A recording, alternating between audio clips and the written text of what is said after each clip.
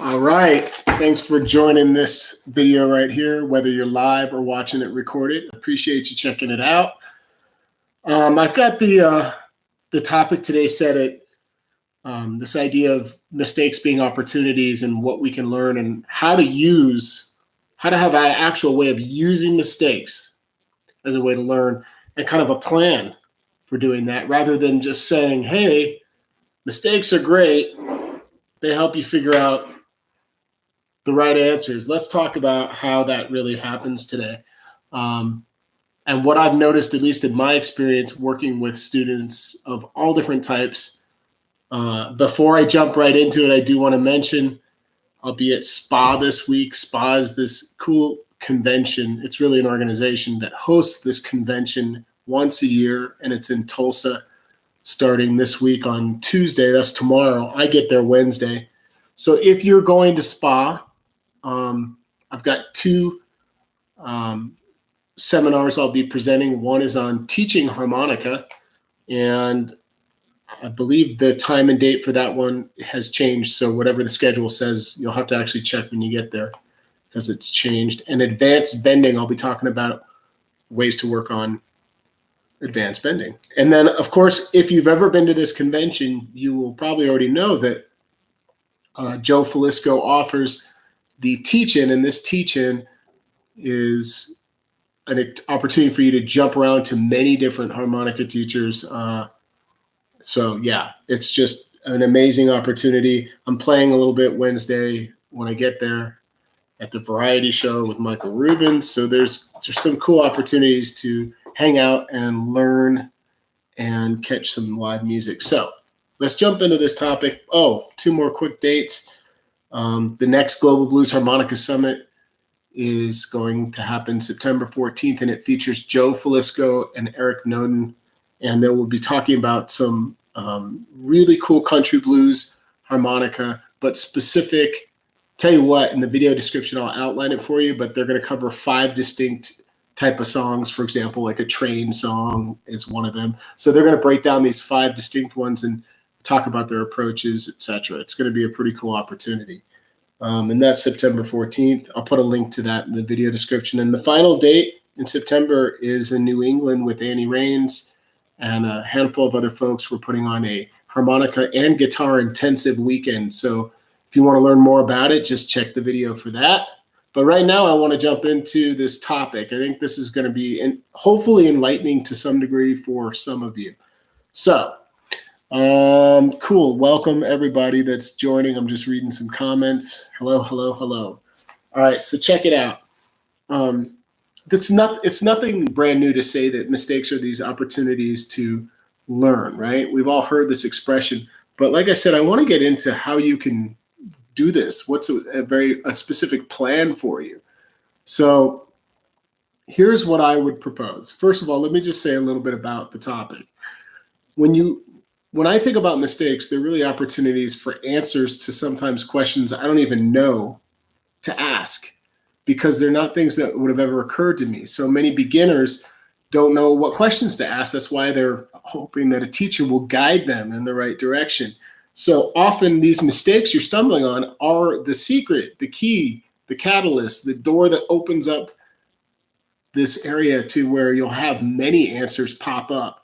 So what you think is a mistake today often is some new idea you'll begin working on tomorrow. Often for me, that means a note relationship, like I meant to jump from this note to that note and I landed on the wrong note. So the mistake was that I didn't intend to land on it, but really what I gained out of it was this new note relationship, and I started thinking about other ideas that I hadn't been playing.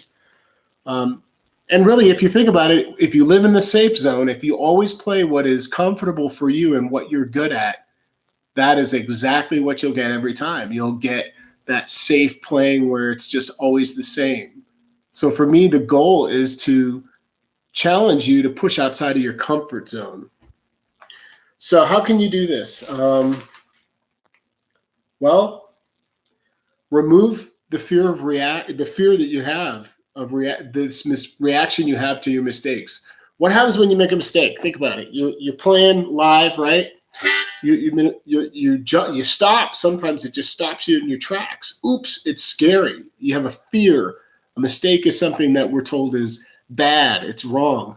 So if you start to interpret this idea of a mistake not being a bad thing, in fact, you should seek it out to a degree and make it a normal part of your playing and practice, you'll find that you're constantly evolving and finding new ideas that you never thought to do before. You never even occurred to you. So let me just say that removing that fear that you have to making the mistake is step one. Start to assign a different reaction to it. Make it an exciting thing. When you hit a mistake, think of it, oh yeah, this is that opportunity Ronnie's talking about to learn from this and really catch it. And you have to catch these moments of yourself doing it, or else it's a habit and you'll just cut. Here's what happens. You get into a category. You're either the person that avoids areas because they know they make mistakes in those areas, like the 3 draw, so they don't ever go to that area. So you're either avoiding, right? You're limiting your playing. You're in the safe zone and you're avoiding things because you're afraid. Or you just keep going there and keep making the mistakes. Or you're the person that stopped and went, what is it that's the mistake? What is it about? You start to ask yourself these questions. What is it about it that didn't work? Was it too sharp or too flat? Did I completely go to the wrong hole? Did I land on 2 holes instead of 1? What was it that you didn't like, so you can start to figure out what you want to do to make it better? Make sense? Okay. So there's this expression, this saying out there, and I can't think of the guy's name now, but a master has failed more times than a beginner has even tried. And it's so true. If I could tell you how many times I strived to make mistakes in one direction, trying to figure out like a Sonny Boy Williamson riff, I'd sit there and constantly just make a million mistakes trying to find the right answer. Well, that's what I mean. Sometimes you have to seek out those mistakes so that you can arrive at the right answer. So ask yourself how many times you really sat down and like hammered out crappy choices to something you were going after. If you didn't sit down and have a moment where it was like, wow, this is horrible, and I'm continually making the wrong choice, then that explains to me why, you're still doing that. So you have to take a minute and accept the fact that there's going to be mistakes. They're okay. You actually need them and want them, and have a moment with them. Take a minute to make notes about it. And once you learn from your mistakes and you you have a plan to actually correct the mistake. So maybe I can come up with something in the moment here to help.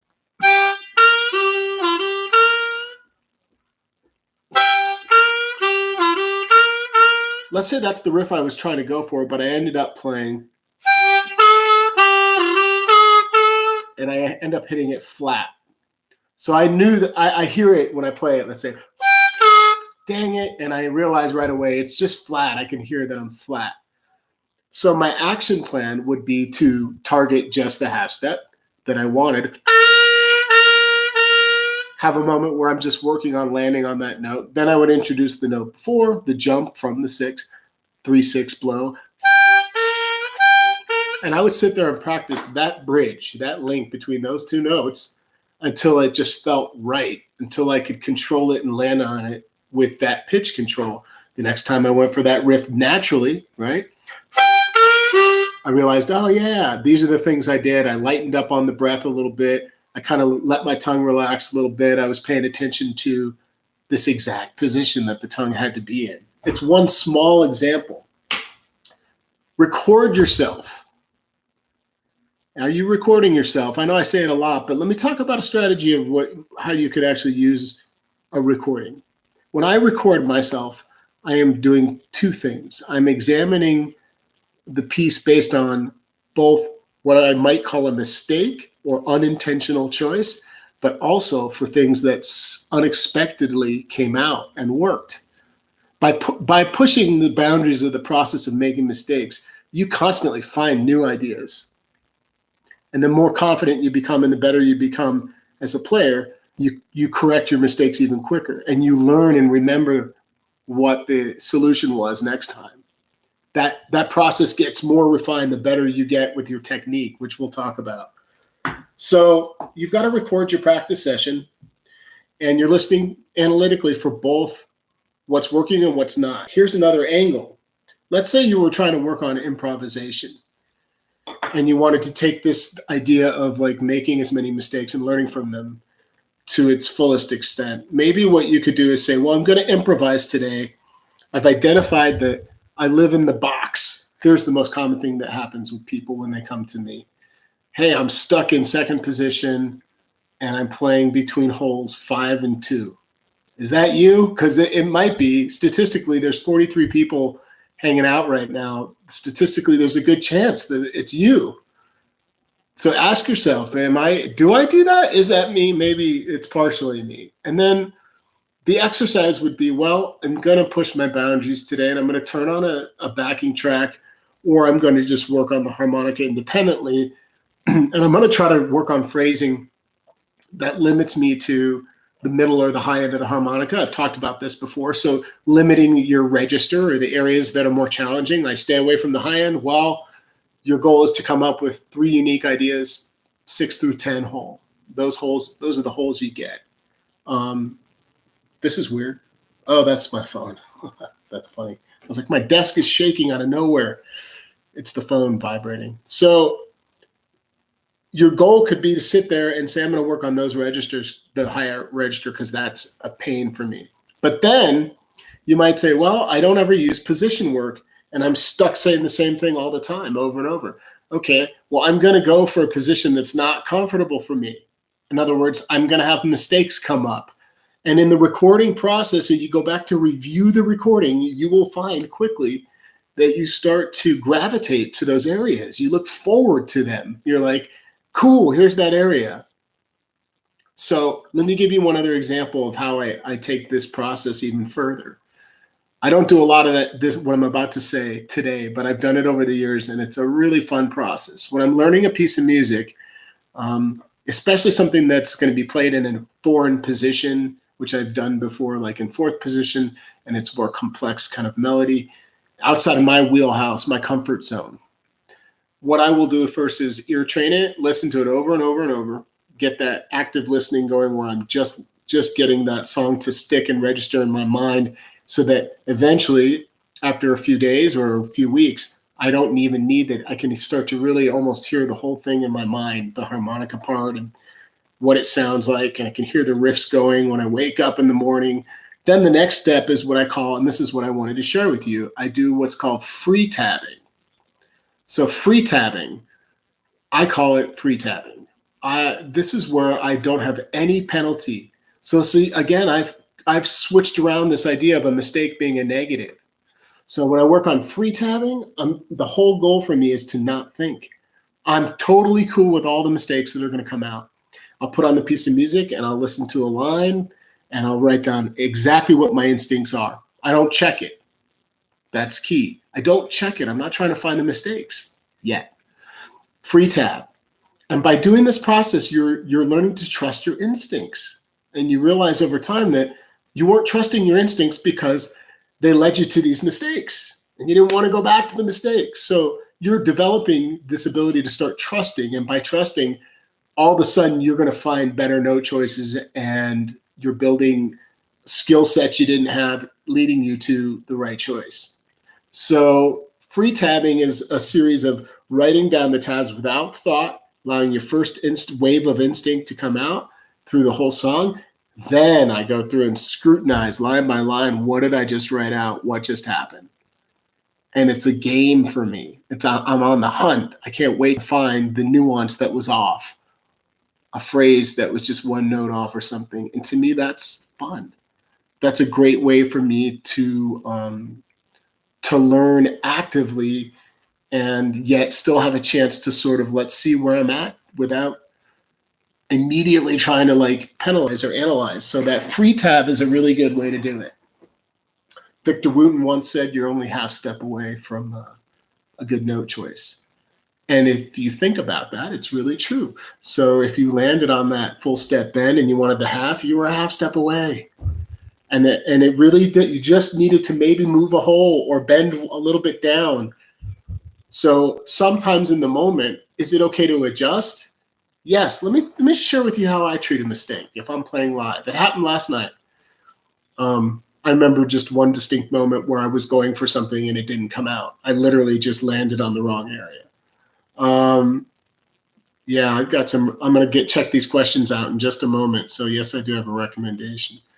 I was following the idea as I'm creating it and playing it. I remember moving up, and in my mind, I'm chewing on just a little too much, and I land on the wrong note as I ended it. It was the end. It was part of like an ending of a song.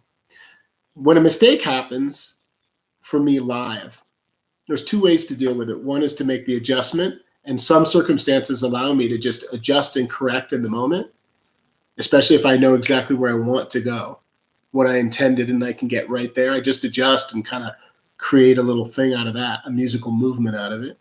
Or I let the mistake be and I move on and hear it as if it were the right note choice, so that the subsequent notes come out the right way. So you might be playing and go, and the note sticks on 4 draw and it won't come out, but you pretend like you heard it. You just keep going in the phrases. And what's going to happen is you're learning to be nimble and just sort of like agile with your reactions musically and just keep moving. Don't let it throw you. I have watched players so many times, and I'm bewildered at this. If they'll play, and I've seen it happen at big shows where big audiences, where people are like listening room, and they'll hit a mistake and go, they can't help but react to their own mistake. So try not to do that. Let yourself just have that. Understand that that's a normal part of playing, that pro players make mistakes. They just interpret them differently. Here's another tip. Stop focusing on what notes you're trying to play or what notes you're going to play, and start focusing on how you're playing the notes you're actually already playing. Stop thinking too far ahead and stop thinking about what you already played. You're already playing something right now in the moment when you improvise. Figure out the way in which you want to interact with those notes rhythmically, syncopation, dynamics, syncopation being the interaction rhythmically of the phrasing of those notes, let's say, dynamically with the volume. That's what I'm more interested in hearing in a player anyway, the texture of how he's entering that note. Is it clean? Is it dirty? Is it slightly, is it loud? Is he then swelling it? You know what I mean? You're already playing something, so make something that's very simple, complex, and big. As Joe Flisco once said, take a note and make it sound like a symphony. And he said that, I was like, oh man, this was years ago. I thought, geez, that's some sort of like ancient Chinese wisdom right there. You take one note and make it sound like a symphony. That's your goal.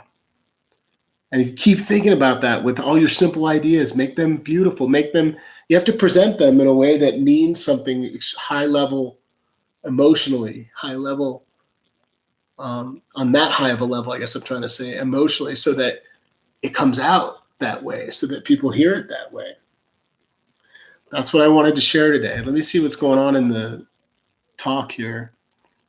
Let me jump back up to anything that I might have missed. Right on, right on.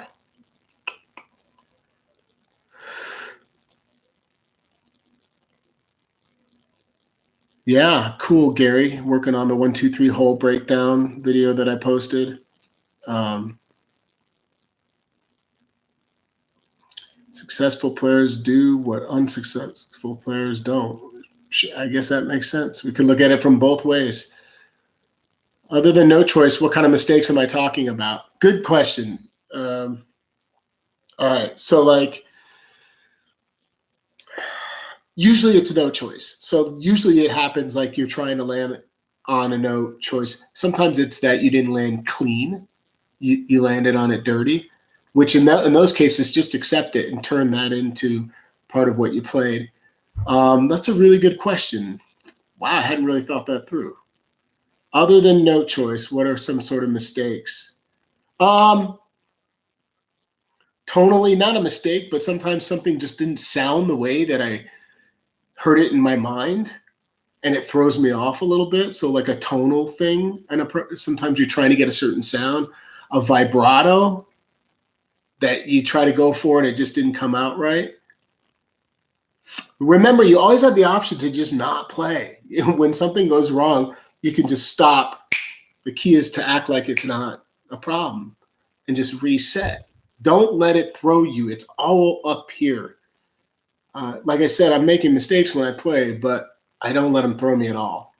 They used to be actually like a big ouch, but now I don't even let it throw me. Let me think about what else. Let me come back to that. It's a great question.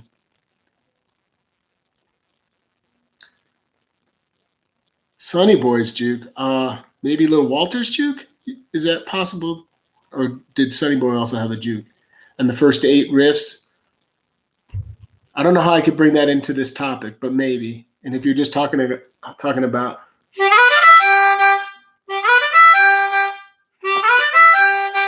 just that riff, yeah, you got to record.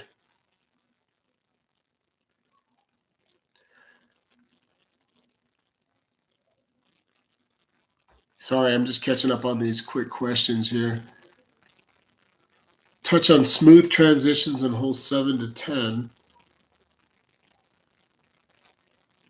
Yeah, I don't know what you mean exactly by transitions, but I think about moving to holes, the upper register in second position, if we're talking about second position, cross harp. From 4 draw is a sweet spot to 7 draw. I'm on a C harmonica here, so practicing the glissando from 4 to 7 is a great way to transition to the high end. From 6 blow or 6 draw, just moving up to the draw notes, or taking 6 draw. 6, 7, 8, those kind of movements are really sweet for moving around. I mainly just have beginner intermediate players learn this. Just learn that up top, 6 blow, 7 draw, 8 draw, 8 blow, 9 blow. You go up and down and start to chop up these phrases so that you can just musically move around.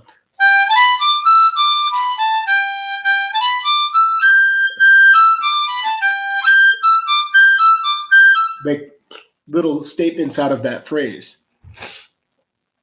There's a million riffs that I could sit here and teach you in 7 through 10. So if you had a more specific question, let me know. Hey, that happens, harmonica man. So for somebody working on that 1, 2, 3 hole shuffle, somebody else brought this up. And you're thinking it doesn't sound like the way you're playing it. This is a great opportunity for what I'm trying to describe about recording yourself and identifying, listening so carefully and trying to identify what is it about one little part of what I'm doing that I don't like, what's off. So for the chordal stuff and the rhythm, it's going to be often just the timing is ever so slightly different, or 1 or 2 note choices that I'm using in a certain way of phrasing that's a little different. Because, you have to sit down and if you can't identify it, you might need to simplify it. If you're not going to get help from somebody else to get to that point and figure it out, you might have to simplify what you're doing to make it sound solid. So just keep working on it. You're saying it's improving, so that's what matters. Yeah, exactly. Sometimes you catch yourself playing something and it's like, that really actually worked. I often will catch myself laughing, and because I'm surprised. I'll do something and go, I didn't even know that was going to happen. Those moments happen more and more to me now because I've trained myself to not be afraid of the mistake, to kind of push the boundaries, because I get bored easily. So by pushing the boundaries, I definitely make mistakes live, for sure. but I also play some really cool stuff sometimes that I never play. Every time I play, I'm playing things that have never come out. So can you play a third position riff on a G harmonica? That's a little random, Dwayne. Here it goes.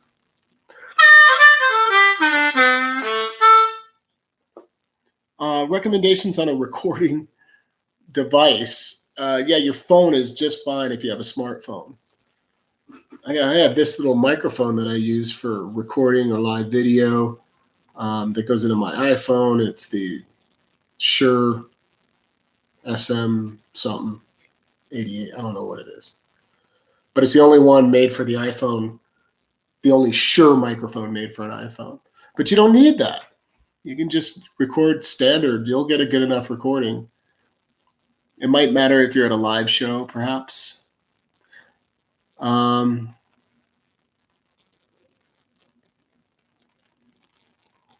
Cool. Playing minor and second, common bad notes people hit. Yeah.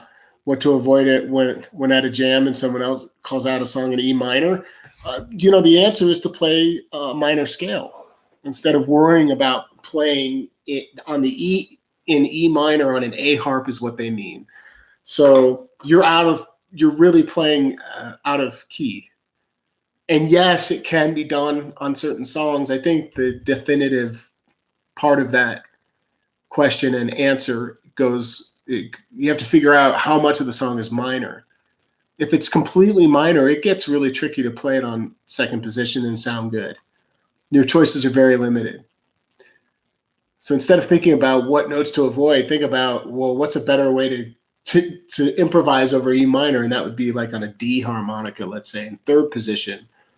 I got my chart here. Or you're in fourth position, a G harmonica, or C harmonica in fifth position for E minor. Those are minor scales that you could try to experiment outside of just third position. And then you might find something that is going to suit you better for the song. Do some Paul Butterfield stuff. I don't have any Paul Butterfield stuff memorized. I have very few harmonica players memorized where I can just spit out songs or riffs. Very few. To me, I was more interested in just getting the essence of the way they phrased and learning a couple of key riffs. I never really memorized a bunch of instrumentals, although I have taught many, many people to do just that with many songs that I never ended up learning myself, ironically. Well, to answer this question quickly about people struggling with a vibrato on a bent note, it's the issue not meeting the right pitch of the note. Yeah, sometimes, and the marriage between the airflow. Here's the answer that will just maybe take you the furthest for the average person. If you haven't considered it, what makes a beautiful vibrato is not this big, deep bend. It's the ability to just touch these little microtones and half steps. The three hole's the only one that I kind of like, that spookier full step bend on a C harmonica. We're actually dipping what sounds like half and full step bend there. And I don't use that very much. It's on all the other holes and including the three. I prefer just a little draw note with a tiny bit of a bend. So if you practice just pulsing a note, a draw note, and then just carefully, barely dip into a bend, you just need a tiny bit. I'm not bending that much, and those are the more common. You guys are cranking out these questions today.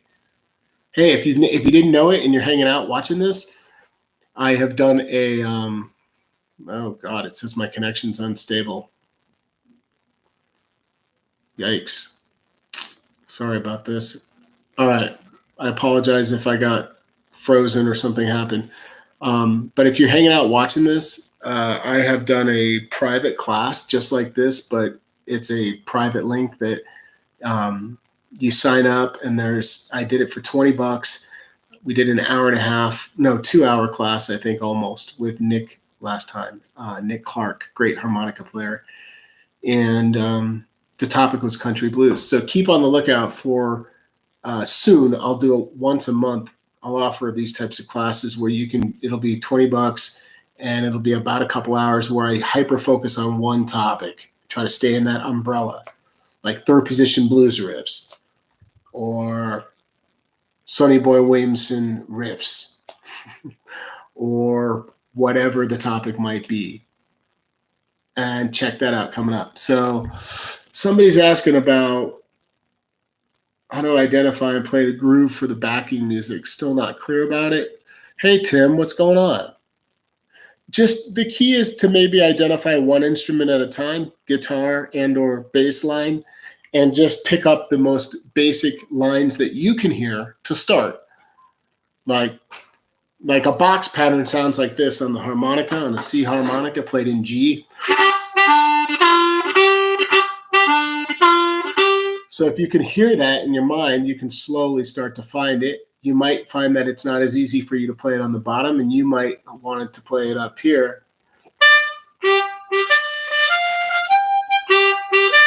Instead of same riff. Sorry. Yeah. Wow, I'm losing it. Hold on. So your choices are this is what I'm trying to say. Instead of 5 draw, you got the 2 full step bend. Same note. You have 2 draw instead of 6 blow. There's more than one way to play the line. So just consider that you might want to learn that simple riff the easiest way for you. So the key is to listen to the music, maybe start chordally and just try to improvise chords to it. But eventually you want to pick out the guitar, the bass line, and try to just isolate one line at a time. If it's 12 bars, often the lines are matching, but the lines exist in different areas based on the chord changes. That's a short question to a really longer answer that you need for that. How to get a fast vibrato?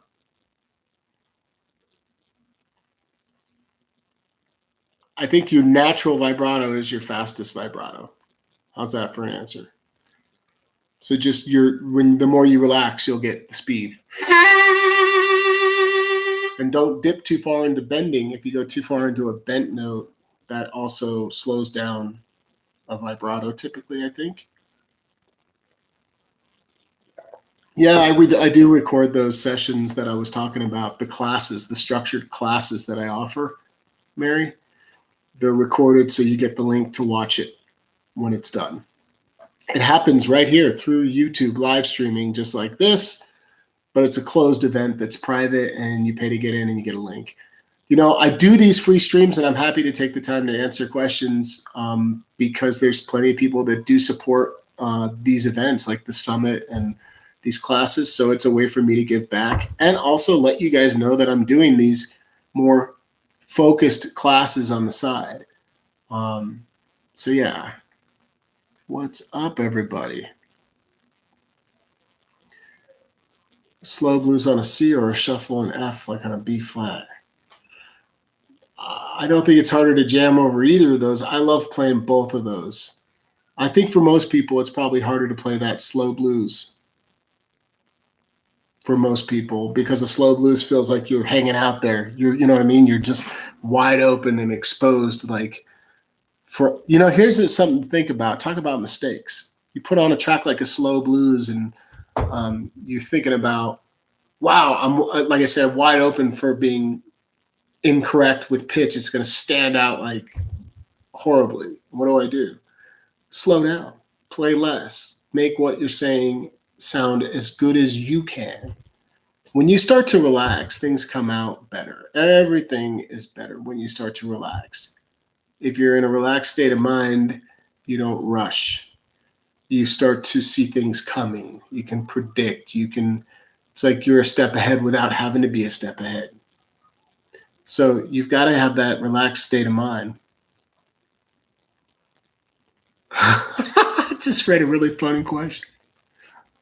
So have I heard of the Bradford Tallahassee Harmonica Festival? No, I have not.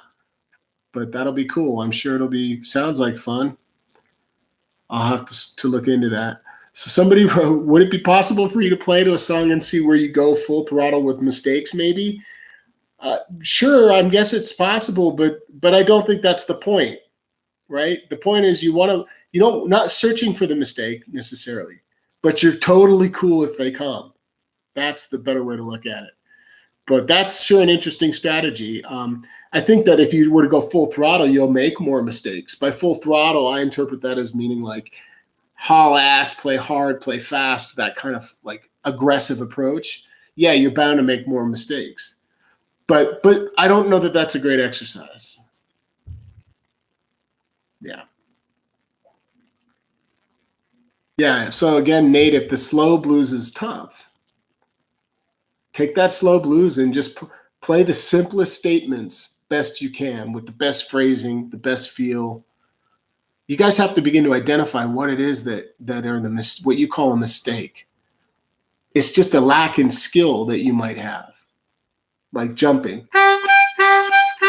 I developed the skill, so now I can go 2 draw to 6 blow consistently. I hear a sound. If I want to play that as part of my riff, I know it's going to come out that way. It won't come out. Or if you can't land right on the bent note, and every time you land on it sharp, that's really common. Really common. People go for that 4 draw, and it's kind of bent, but it's not.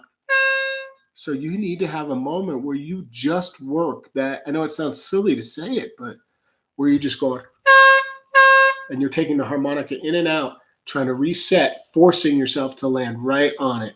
Then you come from other notes.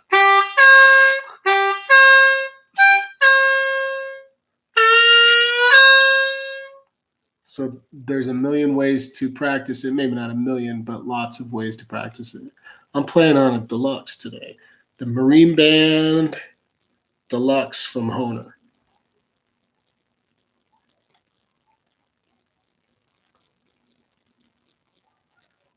Yeah. And keep in mind, we really are playing a lot of, your minor playing happens all over in cross harp. When you're playing major, you're hitting all these minor notes. We're still playing some minor. But yeah, man, it's all about the 2 and the 3 draw where these beautiful bends are located. Dwayne, are you asking me to play a G harmonica right now? He really is that you that wanted that G harmonica riff? I don't have a G Special 20 in front of me at the moment.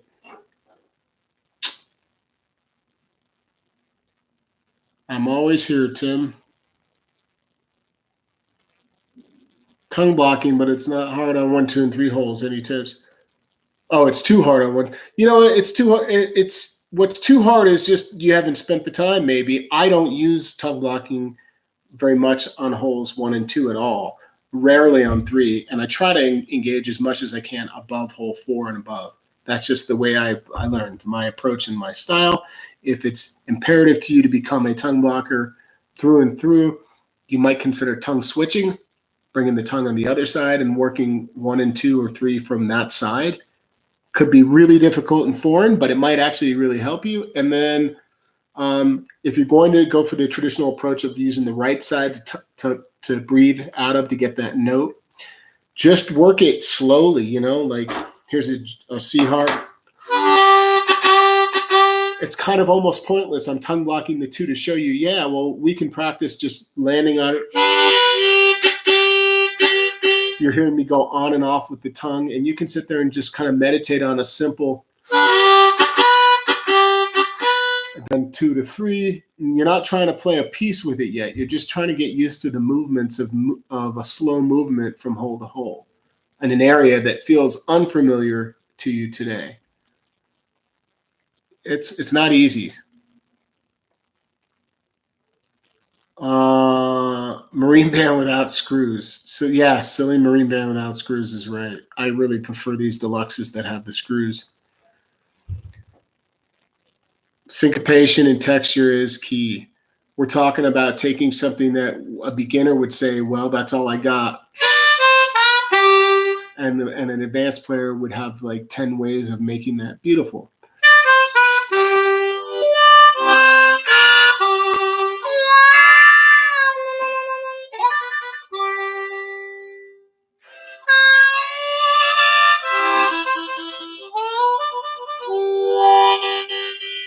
You could keep trying to experiment with that simple phrase.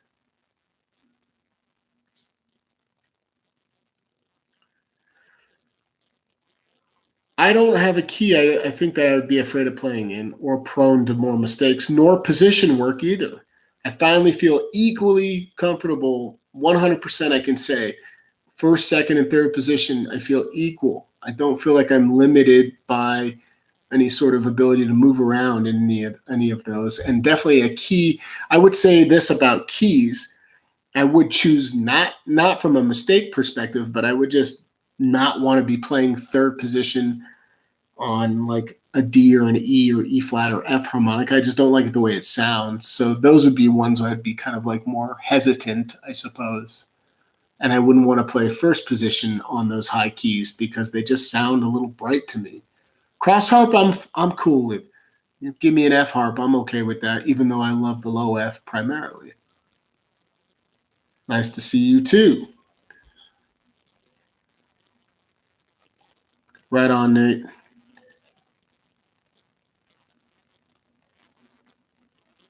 Yeah, well, I feel like that special 20 is also kind of hard to beat. It's such a predictable harmonica out of the box. Most of the time, you can count on it playing the same way. Can I play? Dwayne, you're cracking me up today. Third position on the key of C and G. I mean, yes, of course, that would be in the key of, let's say, D minor and A minor if you wanted to do that. Um, I don't know if you're asking me to actually do that, but yeah. And speaking of different keys, you guys should be thinking maybe I'll always switch around your keys, practice. If you can practice one concept and do it well on a C, pick up that D or F and pick up the G. Make sure all the bends are in place from key to key. That's a big thing I'm seeing with students going, crap, I bought a new harmonica that I didn't own, a key that I had never owned, and now I'm in beginner's circle once again.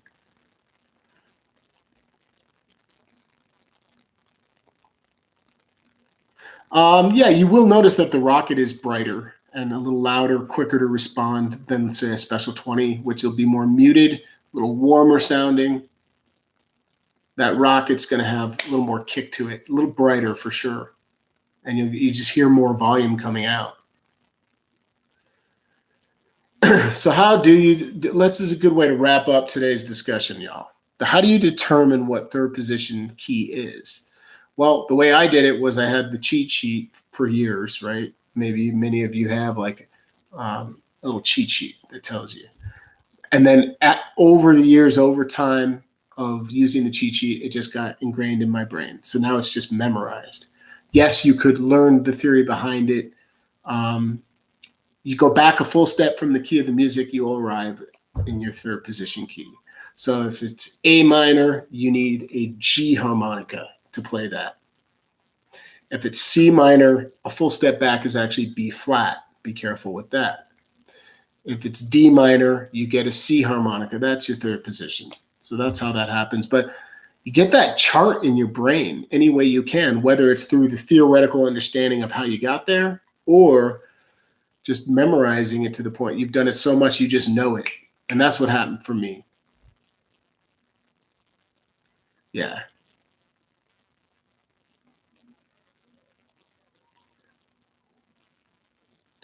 All right, y'all. Yep, circle of fists is what we're talking about. I see the question that Eric's posed. I feel like I'm out of time today for what I've allotted for myself here. But I'll get back to that topic about major versus minor and learning scales. But let's just say that it's important to get your minor scales going. You don't want to rely on a minor tuned harmonica. In my opinion, you're limited by your choices of phrasing, and that's the advantage of getting into that discussion.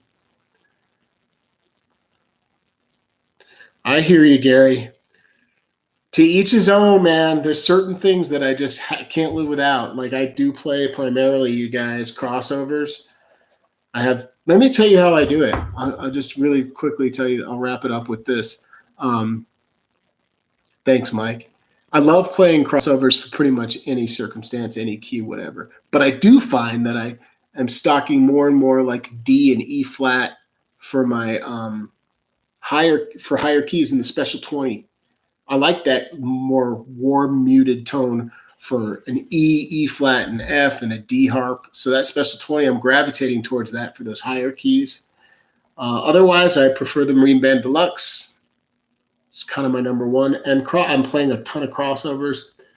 I like them both. And the Rocket Low for the low tuning primarily. They make those in 5 keys, and I really like that Rocket Low. So that's kind of where I'm at with things. I'm not going to Bean Blossom. I am going to Spot. If you guys are going to Spot, I look forward to seeing you there. Don't forget to check out my seminars and the Flisco teaching. It's going to be a wonderful thing. I do play a little bit of chromatic. I promise next time we can get into some of this stuff. I really appreciate you guys joining me live today. But yeah, you should get a chromatic. I encourage you to go do that. I like the 270, the Honer 270 Deluxe is the one that I'm most fond of. It's a 12-hole. Honer, to be specific. All right, you guys. I will catch you very soon. You might have noticed it's Monday. Thanks for voting. I checked out if you haven't been on my community page, I post things where I ask your questions and insight. The last one was, hey, when do you want me to post things? Monday was the overwhelming response and choice. So I'm going to try to do my best to be consistent about posting Mondays. If you like this video, give it a thumbs up, subscribe, and that little bell, just click that next to the subscribe button so you'll be notified every time I go live and every time I post a video. Catch you guys soon.